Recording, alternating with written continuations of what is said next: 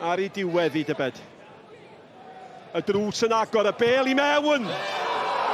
A ddyle honna ddim fod wedi mynd mewn. Mae raid i'r golwr arbed honna. A mae o'n gwybod hynny.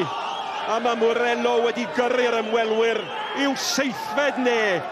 Ac ar ôl i Pen-y-bont fethu un cyfle mor hawdd, mae camgymeriad difrifol yn golygu bod yr ymwelwyr ar y blaen o gol i ddim.